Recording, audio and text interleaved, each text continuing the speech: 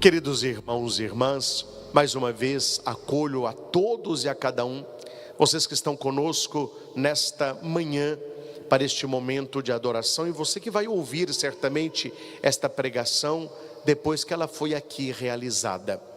Nós estamos na primeira leitura da missa de hoje, primeira carta de São João, o capítulo é o 4 e o versículo é o 19 e seguintes.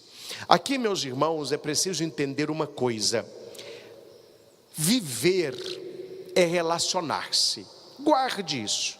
Uma pessoa que não quer se relacionar, ela deveria mudar para uma ilha e viver lá sozinha.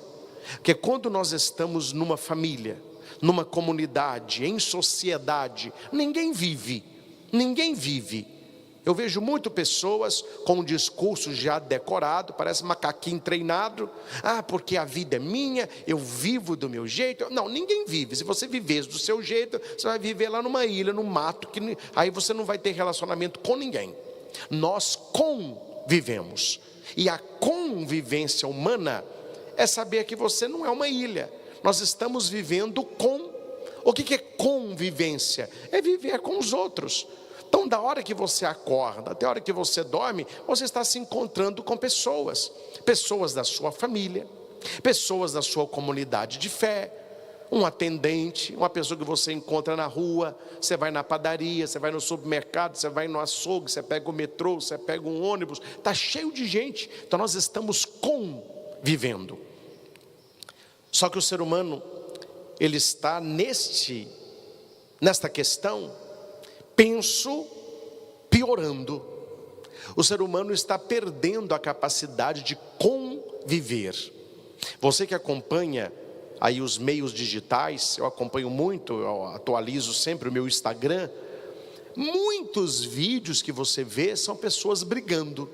O pessoal briga com muita facilidade. Hoje de manhã eu estava vendo mesmo um rapaz fazendo perguntas na rua. Ele chega perto de alguém: o que você acha disso? O que você acha daquilo? É o tal 2 pesos e 2 medidas, não é? Para um lado pode tudo, para o outro pode nada. Então ele vai perguntando. A hora que ele faz uma pergunta mais firme, o outro começa a agredir, empurrou, o rapaz caiu, chutou. As pessoas não sabem conviver, não é? As pessoas estão agressivas, ensimesmadas, brigam por qualquer coisa, partem para a agressão física. Já não há mais o diálogo. Eu gosto muito, apesar que eu assisto pouco, essas séries medievais, essas séries que falam sobre aqueles reinos antigos, onde havia o mensageiro real. Antes de iniciar uma guerra, ele mandava esse mensageiro, talvez um príncipe, negociar com outro reino, para ver se não seria necessário derramamento de sangue. E por que eu gosto dessas séries? A capacidade que eles têm de conversar. São diálogos longos, diálogos bem feitos, e se resolve na conversa. Por que eu estou fazendo essa introdução com você? Porque a convivência humana, ela é reflexo da nossa convivência com Deus. São João vai dizer na sua carta, atenção aqui: caríssimos, quanto a nós amamos a Deus, porque Ele nos amou primeiro. Então João coloca a base. Qual é a base? O amor. Mas não é um amor mundano, é um amor divino. Amamos a Deus porque Deus nos amou primeiro. E aqui uma pergunta: qual é a consequência daquele que ama a Deus? Transbordar amor. Transbordar amor. Aí a leitura continua: se alguém disser amo a Deus, mas entretanto odeia o seu irmão, é mentiroso. Pois quem não ama o seu irmão a quem vê, não poderá amar a Deus a quem não vê. Então veja que São João está nos apertando, está nos colocando na berlinda. Como que você vive dizendo: eu amo a Deus, eu adoro a Deus, eu vou à igreja, eu tenho um amor por Deus, nossa, meu coração é todo de Deus, sendo que você odeia o seu irmão? E João aqui, ele é firme, porque ele não está dizendo como que você ama a Deus se você não ama o seu irmão. A questão aqui não é o não amar, a questão aqui é o odiar. Ouvi certa vez uma frase maravilhosa que diz que nós podemos viver de duas maneiras.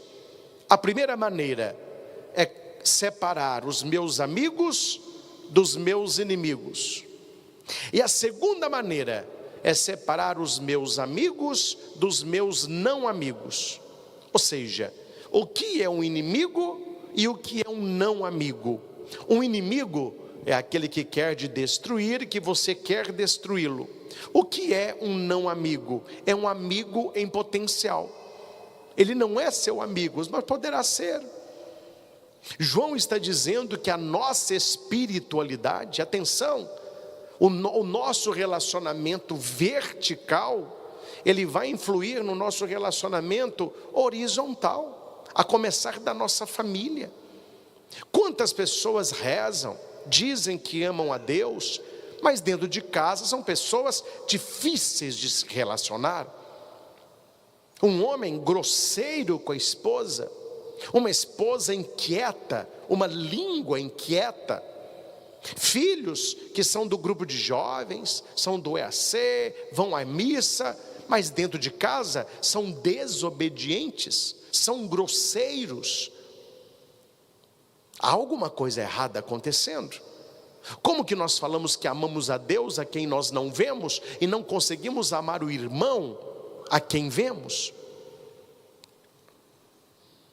E este é o mandamento que dele recebemos: aquele que ama a Deus, ame também o seu irmão. E aqui para nós tem irmão difícil, viu? Tem uns irmãozinhos aí que é para santificar. É para santificar. Só que você tem que entender a leitura. Quando tem uma pessoa difícil, uma pessoa que quer o meu mal, e eu a trato bem, não é porque eu sou bonzinho, mas tem que ser tão bonzinho, não, é porque eu coloco entre a minha pessoa e o outro Jesus. Então aquilo que eu faço para o outro não é só por causa do outro, é por causa de Jesus, porque foi o Senhor que disse: aquele que der um copo d'água em meu nome não ficará sem recompensa. A pessoa pode não merecer, mas eu olho para Jesus pregado na cruz, ele merece, e por causa dele eu faço. Aquele que ama a Deus, ame também o seu irmão, mesmo que o seu irmão não mereça. Deixa eu abrir um parênteses aqui. Não foi esses dias, já tem anos. Eu era padre lá em Nossa Senhora Aparecida, uma paróquia perto onde nós estamos aqui em Divinópolis. Tinha um dia lá para marcar casamento, era uma concorrência ferrenha para conseguir a data que os noivos queriam. E um casal chegou cedo e foi marcar lá a data, reservou a data, pré-reserva, e a secretária disse: olha, você tem até hoje à tarde para me trazer os documentos. A sua data está pré-reservada, mas ela será reservada com os documentos. Perfeito? Perfeito.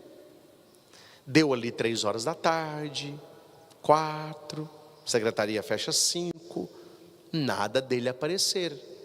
Fechou a secretaria. Era para ter perdido a data. À noite, quem é que me liga? A mãe do noivo.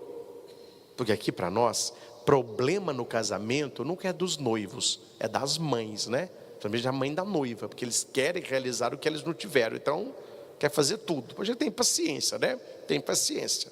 Só que, atenção, A mãe do noivo ajudava demais no santuário. Era uma pessoa que se doava, estava lá, tudo que precisava ela estava lá. Eu nem conhecia muito o filho, não era muito de igreja, é o tal católico de IBGE. Nunca vi o rapaz ali, mas queria casar no santuário. As coisas que a gente enfrenta. E ela me disse: padre, eu sei que ele errou, ele é voado, ele é lerdo, a noiva dele não é daqui. Então a noiva voltou para a cidade dela. Ele estava com os papéis para levar, mas cabecinha de vento. Quando ele lembrou, já era 5h30, secretaria fechada. Ô padre, será que ele pode entregar amanhã de manhã? Ou eu hoje posso deixar esses documentos da sacristia e a secretária pega lá? A pergunta é: como que eu ia dizer não a esta senhora que se doou anos por aquela paróquia? Está ali para tudo que a gente precisa. É alguém católica praticante. Tá bom, não comente, para não estar uê, mas deixa os documentos dele na sacristia, entrega lá para o Simão, e de manhã eu vou falar com a secretária. A primeira coisa que ela vai fazer é pegar esses documentos. Preste atenção. Eu conheci o filho dela? Não. Ele me pediu alguma coisa? Não. Ele merecia ter perdido a vaga? Sim, porque não levou o documento. Mas chegou a mãe, que ama muito a paróquia. Eu sei que ela gosta muito do padre, eu também a admiro muito. Por causa do amor que eu tenho a ela, o respeito que eu tenho a ela, a gratidão que eu tenho a ela, e aquilo que a paróquia pode fazer por ela, porque ela sempre fez, o filho alcançou a graça, pelo amor da mãe. O exemplo é muito fácil de você entender a espiritualidade.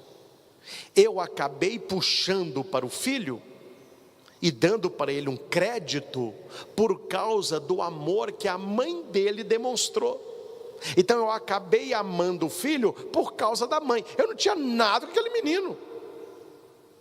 Se ele não cumpriu o horário, o problema dele. Mas por causa do amor que eu tenho à mãe dele, ele alcançou esta graça.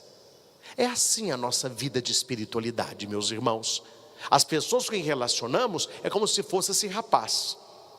Nós também às vezes são pessoas irresponsáveis, pessoas fofoqueiras, pessoas intrigueiras, pessoas que exigem mais do que a gente pode oferecer. Então qual é a nossa tendência?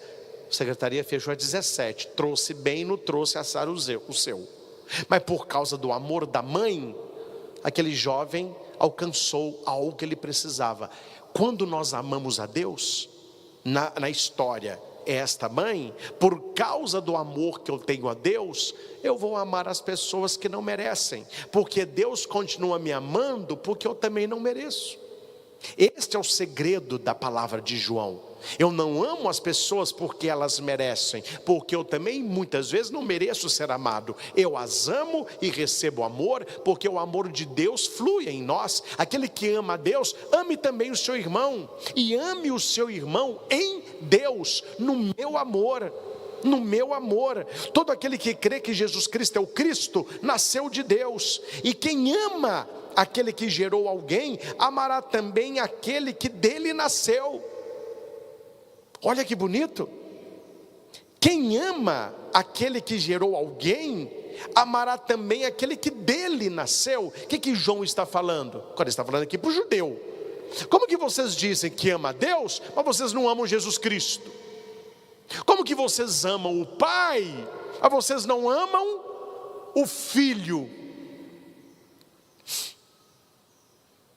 Eu vejo muito aqui no santuário. Quando tem missa de crianças, é uma festa. Vem aquela meninada. E eu olho para as crianças assim, ó. Eu não sei quem são os pais, não. Eu não conheço todo mundo, que é muita criança. Mas aí vem uma criança do meu lado. Eu faço uma pergunta, ponho o microfone, o pessoal sorri. Eu abraço a criança. No finalzinho, dou uma sacolinha surpresa. A criança sai toda feliz. Quem está no banco todo sorridente? Os pais. Tira foto, tira foto. Quando você agrada os filhos, você agrada o coração dos pais. Aqui João está falando: quem ama aquele que gerou alguém, amará também aquele que dele nasceu. É para o judeu e para nós. Nós amamos a Deus, o Pai, devemos amar Jesus Cristo.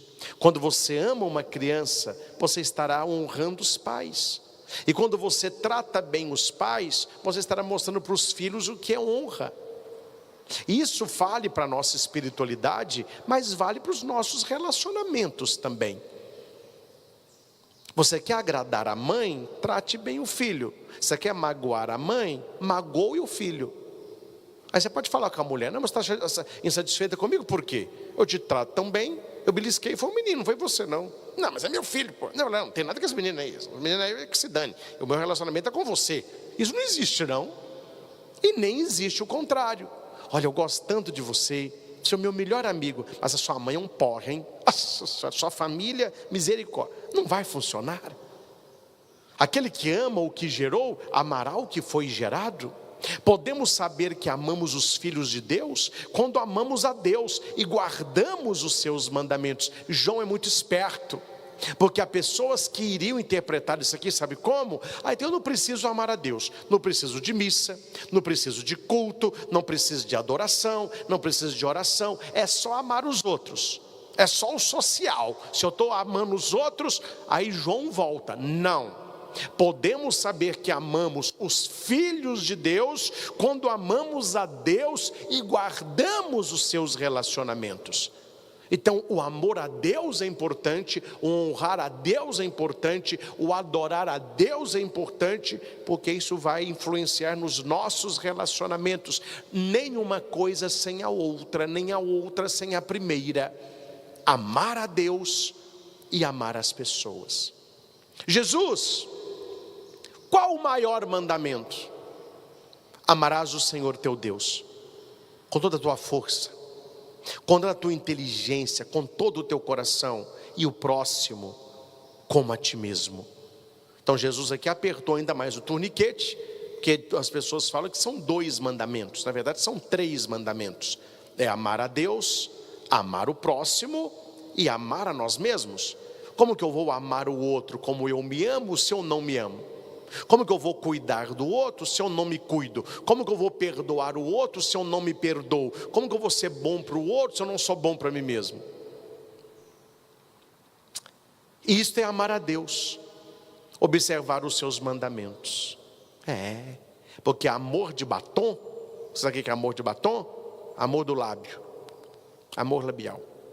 Amar a Deus de boca, todo mundo ama. Eu amo a Deus. Mas João está falando: quem ama a Deus, guarde os mandamentos de Deus. É assim que você mostra que ama a Deus. Você não ama a Deus falando: eu amo a Deus, I love you, God. Não, a banda toca diferente, meu filho. Você ama a Deus quando você segue o mandamento. Quando você queria fazer algo, mas por amor de Deus você diz não. Quando você poderia falar algo, mas por amor de Deus você se cala. Quando você poderia ir, mas por amor de Deus você fica. Quando você guarda o mandamento, você ama a Deus. O amor a Deus é igual guardar os mandamentos. Quem guarda o mandamento ama a Deus. Quem não guarda o mandamento e tem uma vida de pecado, não ama a Deus. Amar a Deus não é falar que ama a Deus, é guardar os mandamentos. E os seus mandamentos não são pesados, pois todo que nasceu de Deus vence o mundo. E esta é a vitória que vence o mundo: a nossa fé. Olha o discurso de São João, maravilhoso para todos nós neste momento. O que vai vencer o mundo é a sua fé. Tenha fé, viva pela fé, coloque a sua fé em prática, coloque a sua fé em movimento. Uma fé que é amor, e um amor que é fé. As pessoas não creem porque não amam, ou elas não amam porque não creem?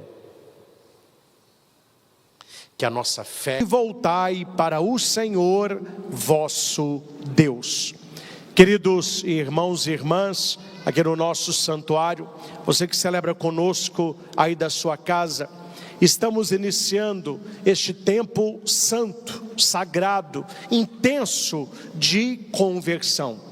A igreja nos convida a irmos com o Senhor para o deserto, para lá vencermos as nossas tentações. É por isso que na primeira leitura de Joel, e por isso eu começo com ela, está aqui o coração da quarta de cinzas e do nosso tempo quaresmal. Voltai para mim com todo o vosso coração. Não são gestos externos, mas é coração, é você e o Senhor e você. Eu digo que quaresma deve ser vivido por cada um de nós como um grande retiro espiritual, um retiro de 40 dias, de penitência, de oração, de jejum, de abstinência, abrir mão daquilo que se gosta, pequenas mortificações. O Papa Leão nos colocou algumas penitências quaresmais. Ele pede o jejum da língua, o jejum das más ações, ou seja, é preciso parar de praticar o mal e fazer coisas boas para o outro, para nós, para a evangelização. Voltai para o Senhor com todo o vosso coração, com jejum, lágrima, gemido, rasgai o coração e não as vestes. Não sei se vocês se lembram de quando Jesus foi preso pelo Sinédrio, depois da Santa Ceia, ele é levado ao sumo sacerdote Caifás, e lá eles arrumam muitas testemunhas falsas, e cada um falando um absurdo maior que o outro. Jesus estava quieto, calado, nada falava, e o sumo sacerdote perguntou: vede de quanta coisa vos acusam, e ficais ainda calado? E Jesus não respondeu nada, até que perante aquele embaraço, eles perguntam para Jesus: tu és o Filho de Deus? Jesus respondeu: sim, eu sou o Filho do Eterno, e para isso que eu vim ao mundo. Para Pilatos ele vai completar: quem é da verdade haverá de ouvir a minha voz. Nesta hora, Caifás, ele levanta da cadeira e ele rasga a sua túnica, do pescoço até quase a altura do umbigo. Aquele rasgar a roupa era um sinal de escândalo. E ele mesmo disse: olha, agora já não precisamos mais de testemunho. Você se fez filho de Deus, você se fez igual a Deus, e você merece morrer. Meus irmãos, rasgar a veste em sinal de escândalo é apenas uma atitude exterior. Depois você troca de roupa, depois você tira. Mas quando você rasga o coração, você está mostrando para Deus o seu quebrantamento, o seu arrependimento, o seu desejo de conversão. E Jesus, no evangelho de hoje, ele vai bater várias vezes: Deus vê o oculto, Deus vê o escondido. Não ore para os outros, não jejue para os outros, não dê esmola para ser visto, senão você já perdeu a recompensa. É Deus que está oculto. Nesta quaresma, meus irmãos, precisamos tirar os nossos olhos das pessoas e voltar os nossos olhos ao Senhor. Precisamos retirar os nossos olhos da opinião pública, que não serve para nada, igual água de salsicha, não é nem salgada e nem doce, e voltar os nossos olhos ao Senhor. Somente Ele conta, somente Ele conhece o coração. Os senhores conhecem quando o profeta Samuel, o grande Samuel, filho de Ana, vai ungir o pequeno Davi, Quando ele chega naquela casa, tem vários filhos lá. Primeiro que ele vê, Eliabe, um rapaz muito bonito. A Bíblia diz que ele era bonito de rosto e de corpo. E o profeta já pega o óleo e já vai derramando na cabeça dele. Deus vai dizer para Samuel: não se deixe levar pelas aparências, porque o homem vê o rosto, mas Deus vê o coração. Não é esse o meu escolhido. O escolhido era Davi. Deus, ele quer ver o nosso coração rasgado. Deus não quer ver apenas palavras, apenas desculpas, apenas justificativas, procurando o culpado. Nós somos excelentes para explicar as coisas que fazemos. Nós somos mestres para achar culpado, desculpa, sentimento de culpa, etc. Deus está dizendo: não me mostre o que está por fora, eu quero ver o teu coração rasgado. Eu quero ver o teu coração quebrantado. É por isso que Jesus disse uma frase que doeu no âmago dos sumos sacerdotes, dos escribas e dos mestres da lei. Quando Jesus disse também para os seus que as prostitutas os precederiam no reino dos céus. E aqui, meus irmãos, todos já sabem, mas hoje em dia tem que falar que a grama é verde, que as pessoas não entendem.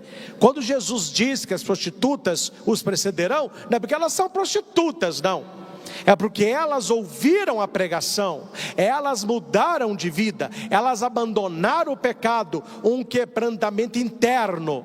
É aqueles que por fora era tudo certinho, tudo santinho, eles eram como sepulcro caiado, lavavam o copo por fora, mas não o purificavam por dentro. Meus irmãos, guardem o que eu estou partilhando com os senhores. Quando alguém tem um coração quebrantado, as palavras são desnecessárias. Quando alguém mostra um coração arrependido, um coração renovado, um coração que vive o espírito quaresmal, tudo aquilo que acontece por fora é apenas um reflexo do que está acontecendo no coração. Rasgai o coração e não as vestes, e voltai para o Senhor vosso Deus. A segunda leitura de São Paulo aos Coríntios vai dizer a cada um de nós, é um apelo de Paulo. Paulo está fazendo um apelo emocionado, firme, convicto. Em nome de Cristo, nós vos suplicamos. Paulo está suplicando, eu te suplico, nesta quaresma, eu te suplico, deixai-vos reconciliar com Deus. É o filho pródigo, ele está lá no meio dos porcos, na lavagem, e ele levanta daquela situação, ele rompe com aquela história, e ele volta para o seu pai, que é rico em misericórdia. A Deus nós ofertamos a nossa miséria, e Ele nos concede a sua misericórdia. Nesse tempo quaresmal, meus irmãos, nós vamos ter a oportunidade de fazermos a Santa Confissão. Os mutirões de confissão já começam na próxima semana, e não é momento de autoelogio, não é momento de justificação, não é momento de falar de problema, não é momento de contar pecado do outro, é momento de quebrantamento, é momento de conversão, é momento de confissão. Eu quero me deixar reconciliar com Deus, Ele é o primeiro interessado. A minha volta é resposta ao seu amor. Foi isso que disse o filho pródigo: na casa do meu pai tem pão com fartura. Interessante, não é? Como que a dor nos faz voltar ao essencial. Lá no início do evangelho era diferente, né? Dá-me a parte da herança que me cabe. Herança é quando morre. Para aquele filho, não importa o pai, importa a herança. Eu não quero que você seja meu pai, eu não quero viver aqui perto, eu quero gozar a vida, eu quero ter dinheiro, mulheres, bebida, amigos. Quando ele cai em si, ele vai lembrar de quem? Daquele que dá pão com fartura. Aí ele volta à concepção primária. Quantos empregados da casa do meu pai tem pão com fartura? Vou voltar. Esse deixar-se reconciliar com Deus. Aquele que não cometeu nenhum pecado, Deus o fez pecado por nós. É por isso que na Semana Santa nós vamos relembrar liturgicamente e atualizar a paixão, morte e ressurreição de Jesus. Veremos as encenações da Semana Santa, as imagens piedosas de Nossa Senhora das Dores, sofrida, chorando, Jesus, o Senhor dos Passos, carregando a pesada cruz. As pessoas em pleno século 21 ainda não entenderam que ninguém está olhando imagem de gesso, imagem de resina, por mais bela que a imagem seja. Aquela imagem, ela me transporta a uma realidade. Aquele que não tinha pecado algum, Deus o fez pecado por nós, para que nele nós nos tornemos justiça de Deus. Olhando uma imagem de Nossa Senhora que chora, é por nós que ela chora, é com cada um de nós que ela chora, e nós choramos com ela. Não mais um Cristo que carregou a cruz, mas os nossos pecados que pesaram sobre ele. Olhando o nosso Senhor dos Passos, nós vemos o sofrimento dele, o sofrimento humano, o peso da cruz dele pesou nos nossos ombros. É por isso que nesta quaresma, Paulo pede a cada um de nós: aquele que não cometeu pecado, Deus o fez pecado por nós. É agora o momento favorável, é agora o dia da salvação. Uma pergunta, meus irmãos: se Deus quiser, pela misericórdia de Deus, não vai acontecer, mas se você falecesse essa madrugada, olhando os pecados que temos, nós iríamos para o céu, para o purgatório ou para o inferno? As pessoas deixam tudo para depois. Depois eu me converto, depois eu me confesso, depois eu me arrependo, depois eu mudo de vida. E Paulo está dizendo: para com o depois. É agora o momento favorável, é agora o dia da salvação. Santo Afonso Maria de Ligório, nas suas preparações para a quaresma, ele vai dizer assim: se você não decidir ser santo agora, quando é que decidirás? Porque para Deus não existe depois, para Deus existe o instante do agora. Meus irmãos, a cinza que vamos receber na cabeça me lembra, além de tantos outros textos, o que mais me toca: Nínive. O profeta Jonas, que foge de Deus para Tarsis, tudo dá errado para ele, e ele entra em Nínive, dizendo mais ou menos o que Paulo está dizendo na segunda leitura: se Nínive não se converter, ela será destruída. E esta mensagem chegou ao ouvido do rei. Aquilo que ninguém podia imaginar, ninguém poderia sonhar, aconteceu. O rei foi o primeiro. Ele retira a coroa, ele tira a sua capa, ele tira sua roupa de linho fino, coloca um saco, pega cinza e joga na cabeça dele. E todos da corte fizeram. todos da cidade fizeram, e Deus teve misericórdia daquele povo. Minha pergunta é, meus irmãos, a cinza, ela é capaz de apagar pecado? A cinza na cabecinha de uns, cabecinha oca, né? É capaz de apagar as loucuras do carnaval? A cinza é um sinal de que nós estamos puros na presença de Deus? Nada tão longe disso.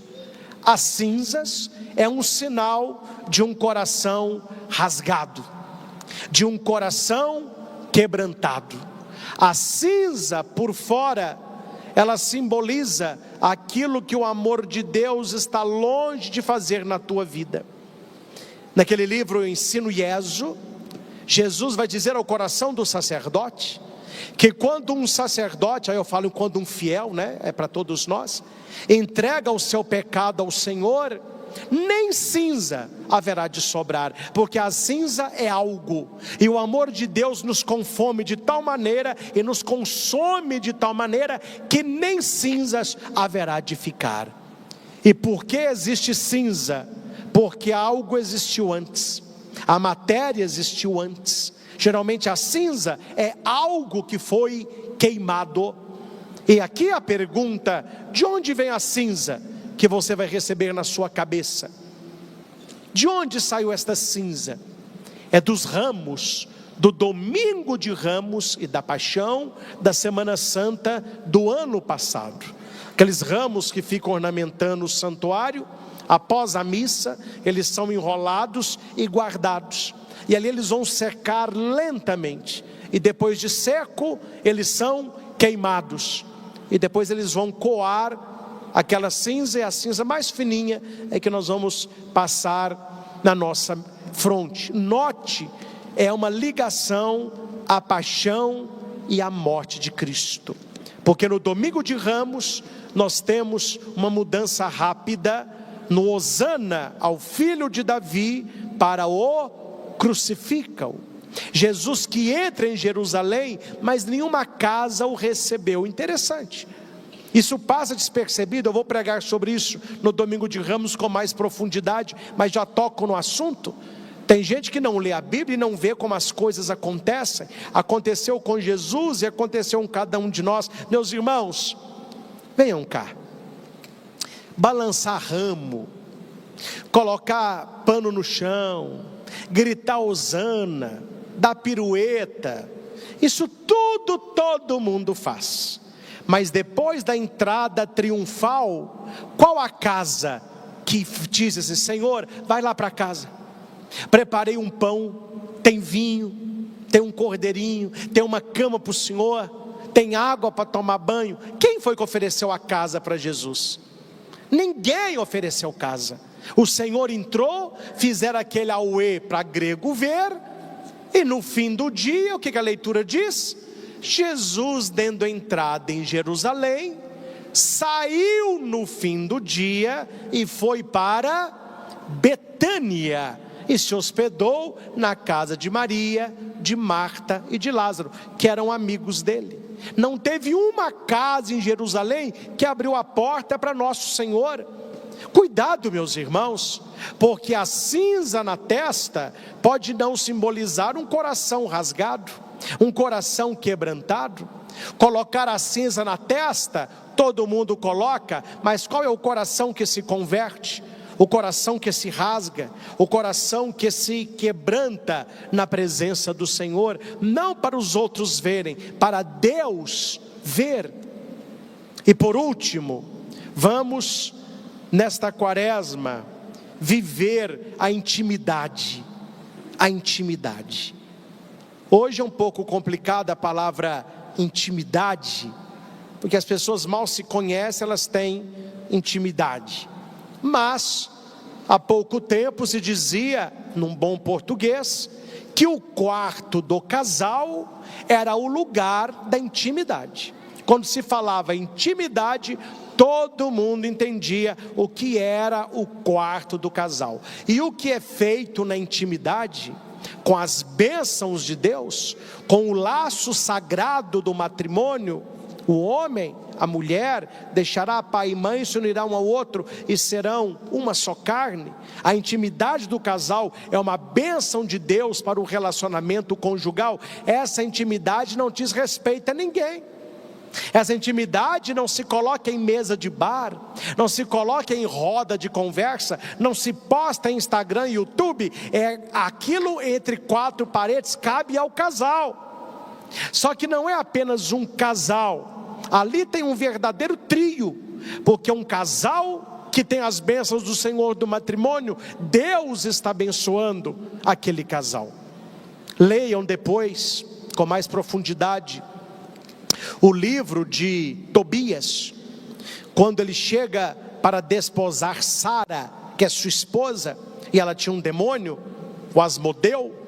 Quando Rafael prende aquele demônio, ele vai dizer para Tobias: não se deite com ela, rezem primeiro. A intimidade maior do casal não é uma intimidade de corpos, é uma intimidade de coração. É uma intimidade da parceria que a fidelidade exige a cada dia. Quando Jesus diz, olha como que o nosso relacionamento enquanto igreja, enquanto esposa, é um relacionamento esponsal com o Senhor. Quando o marido, naquela primeira noite, ia desposar a sua esposa, eles entravam para o quarto e fechavam as portas. Eu já estive em certas casas, famílias bem católicas, onde os pais falam com os filhos: porta do quarto do papai e da mamãe só está encostada com o chinelo. Toda vez que a porta estiver encostada, vocês podem entrar. O quarto do papai e da mamãe é o quarto de vocês. Mas quando a porta estiver fechada, não chame. É o momento da intimidade do papai e da mamãe. Conheço 2 famílias assim em Maringá, algumas em Curitiba, em São Paulo. Eles já falaram com os filhos: o dia que o papai e a mamãe entrar no quarto e fechar a porta, não chame. Papai e mamãe estão namorando, estão tendo intimidade. Então o menino está vendo televisão, chega lá, a porta fechada, ele volta e fica esperando acabar a intimidade. É por isso, meus irmãos, que a imagem que Jesus usa, ela fala de um amor do coração. Quando você for orar, entra para o teu quarto e fecha a porta. Para quê? Para ter intimidade com o Senhor, intimidade do coração, de falar com Ele face a face, de ter tempo para o Senhor. E de vez em quando eu vejo, e os senhores hão de entender o exemplo, que as pessoas consideram o banheiro do padre mais sagrado que a capela. Explico. Pensem se eu estou errado. O padre tem os seus momentos de oração e de estudo, que são importantes, e devem ser diários. Oração e estudo. Não sei se as pessoas acham que quando o padre está rezando ou estudando, ele não está fazendo nada. Mas é interessante, quando eu me dedico à oração ou ao estudo, onde há pessoas, as pessoas dizem: chame o padre para mim. Aí ele está estudando, ele está orando. Não, chama, é 1 minutinho só. Mas se fala com a pessoa: o padre está no banheiro, ninguém fala, não, bate lá, fala que é 1 minutinho só. O banheiro eles respeitam, a capela, a biblioteca não. Parece que a intimidade com Deus na capela vale menos que a necessidade de um banheiro. Para que as pessoas te dêem sossego, você tem que falar que está no banheiro. E deveria ser um local sagrado, não apenas para o padre, mas para todos vocês que já têm em casa o seu cantinho da oração. E parabéns aos que têm. Parabéns aos que têm um lugar que você reza. E o papai e o filhinho sabe, quando o papai e mamãe estão no quarto com a porta trancada, é a intimidade do casal. Mas quando um dos dois ou os dois estão no cantinho de oração, também não é para ir incomodar e nem chamar. Se não vai rezar junto, não chame. Eles estão tendo intimidade com Deus. É isso que Jesus disse no Evangelho. Jesus falou da oração, Jesus falou do jejum, Jesus falou da esmola, e a mesma coisa para os três. Jesus está falando de relacionamento. As práticas quaresmais não são nada mais do que relacionamentos. Quando eu falo de esmola, é relacionamento com o outro. Quando eu falo de oração, é relacionamento com Deus. Quando eu falo de jejum, é relacionamento comigo mesmo. E não há um quarto relacionamento. Ou você se relaciona com você, ou você se relaciona com Deus, ou você se relaciona com as pessoas. Para Deus a oração, para mim o jejum, para outra esmola. Esmola que não é uma moedinha no coração, é ser esmola, é ser o que o outro necessita, sem que o outro o peça. Quando você for jejuar, penteie o cabelo, lava o rosto, se perfume. Quando você for orar, não fique gritando nas praças, chamando atenção. Quando você der uma esmola, não toca trombeta para mostrar que está fazendo caridade. Quando você estiver jejuando, jejue em segredo, para que só Deus veja que você está jejuando. Quando você rezar, reze em segredo, para que Deus veja a sua oração secreta. Quando você estiver no jejum, falei da esmola, ajudando na oração, em segredo, os três em segredo, para que você receba a recompensa. Se você é elogiado porque ora, já recebeu a recompensa. Se você é elogiado porque está em jejum, já recebeu a recompensa. Se você está sendo elogiado porque ajudou alguém, já recebeu a sua recompensa. Me desculpe, meus irmãos, não estou falando de você. A gente vê isso, claro, aí tem uma carência também, né? Uma necessidade de afirmação. As pessoas andam um pouco carentes. Mas viva uma quaresma diferente. Não é o padre que está pedindo, é o que Jesus disse no Evangelho. As pessoas têm uma necessidade, quase que uma obrigação de que os outros saibam que ela está jejuando, que ela está fazendo uma mortificação. Ao invés da pessoa apenas dizer, não, muito obrigado, não, agradeço, não, então me dê que eu levo, depois eu me alimento. Não, ela enche o peito, eu estou de jejum, quarta e sexta eu não como carne, e enchem a boca, como se isso fosse o suprassumo. As pessoas não veem que aquilo que é contado, não é contado como crédito espiritual. Jesus disse, não diga que você está jejuando. Eu acho que uma camisa que venderia bem no tempo da quaresma, uma camisa preta escrito de branco, estou jejuando, não, essa sai, viu? Como que as pessoas têm necessidade? Não, em vez da pessoa, olha, coma isso, não, muito obrigado. Aceita um doce? Muito obrigado. Está de regime, né? Já viu, né, a correia. Não, eu estou jejuando, eu estou na quaresma. Você não jejua não, pecador? Mas eu jejuo.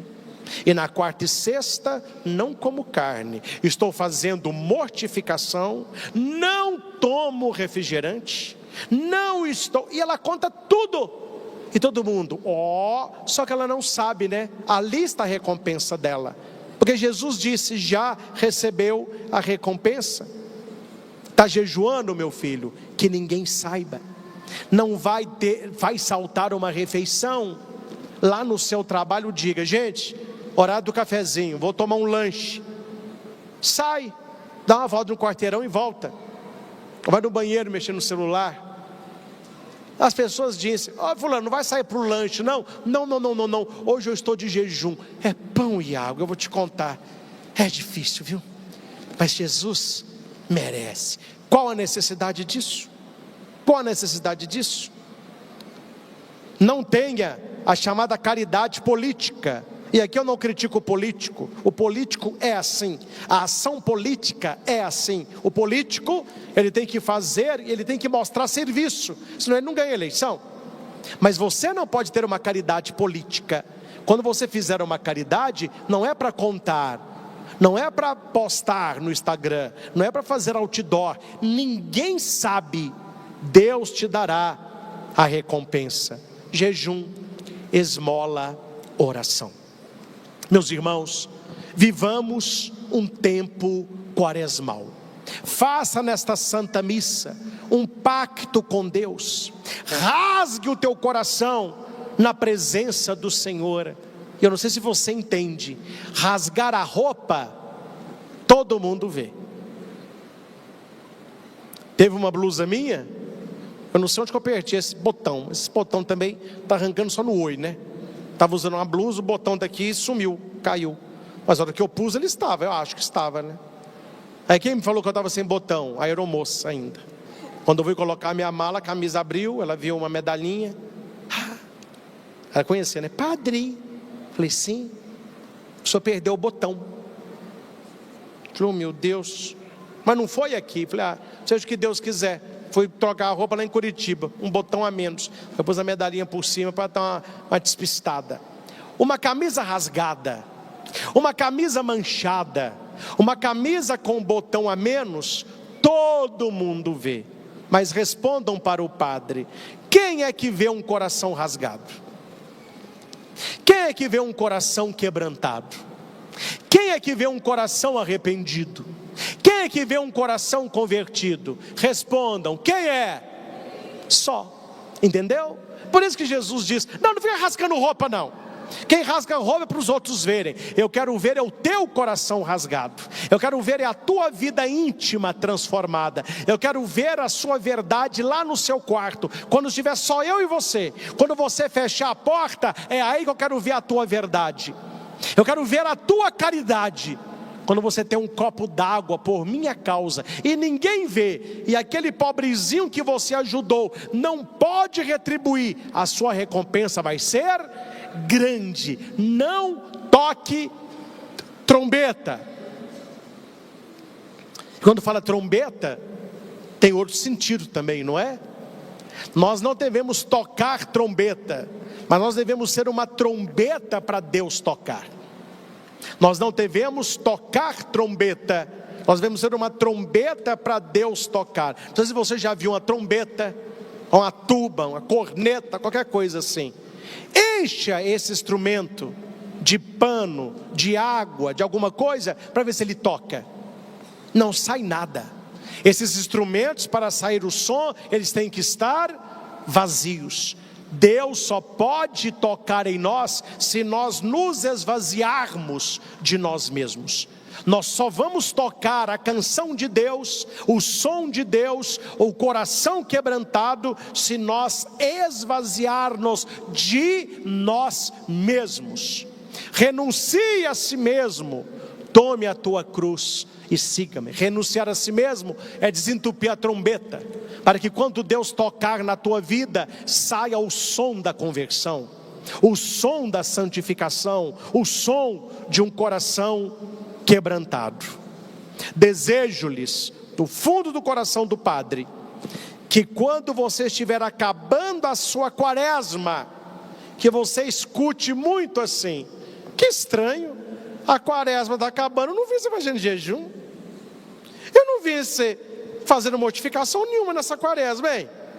Eu não vi você rezando mais, eu não vi você ajudando ninguém.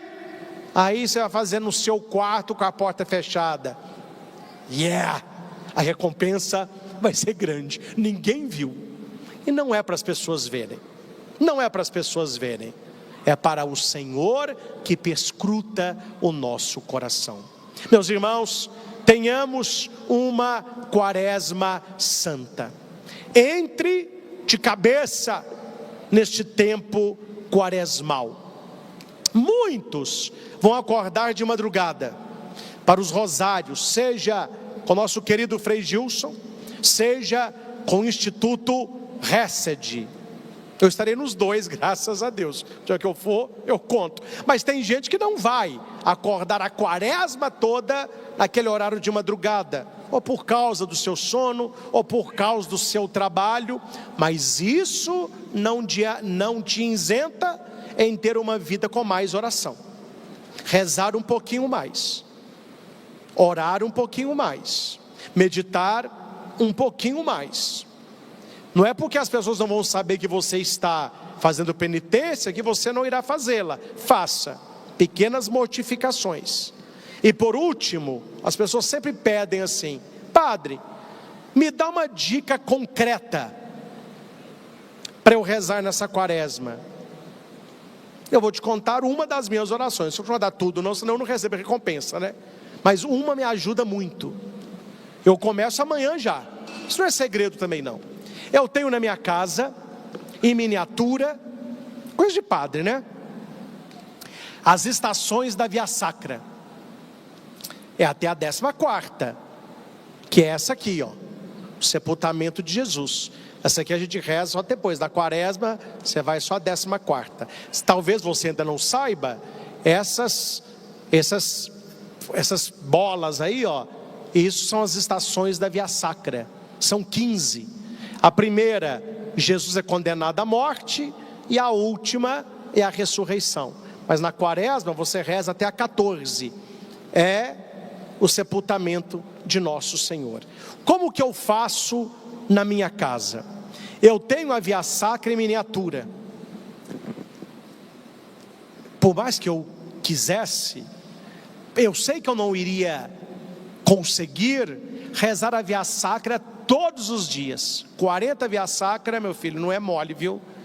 Eu não falo que é porque é muito, não. É pelo corre-corre da nossa própria vida. O que é que eu faço? E que me faz muito bem.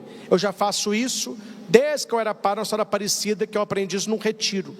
O cardeal Cantalamessa, que tinha essa oração, e acho que o Papa Bento XVI com ele fazia.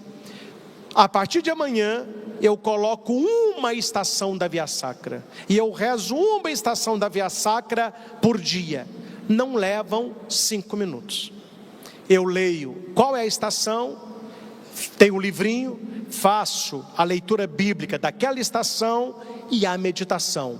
Um Pai Nosso, uma Ave Maria e um Glória ao Pai. 10 minutinhos, acendo a minha vela, ponho aquele rezo de manhã isso. Aí eu fico vendo a estação. Toda hora que eu passo na sala, hoje eu estou meditando a primeira estação. Um dia meditando a primeira. Sexta-feira, depois da manhã, eu já ponho a segunda. E assim por diante.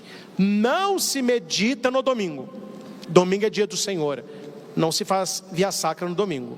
Então no domingo é a Santa Missa com a liturgia da quaresma. Tanto é que se você contar de hoje até quinta-feira santa, vão dar 45 dias. Mas quaresma não são 40? Não se conta domingo. Domingo é a Páscoa semanal. Então eu faço, me ajuda. Uma estação por dia. O que te ajuda? Um mistério do terço por dia? Um terço da misericórdia? Uma reflexão de um santo? Um versículo? Não sei. O importante, meus irmãos, é que seja um tempo de mais oração. O que você vai rezar, eu não sei, mas espero que você reze. Espero que você tenha mais caridade, mais esmola e, sobretudo, o jejum da língua, o jejum do pecado, mas também a mortificação corpórea. Convido a todos, no instante de silêncio, a cada um fazer a sua oração pessoal e volte em tudo aquilo que eu disse. O que você quer pegar para a sua vida, para ajudar na sua quaresma? Que tipo de quaresma você deseja ter este ano? Onde você pode melhorar a sua oração? Seu jejum e abstinência. Quais as pessoas que você pode ajudar mais? Nem sempre as pessoas que precisam da nossa ajuda estão lá na África. Talvez a pessoa está do lado do seu quarto, está sentada aí do seu lado. A caridade familiar.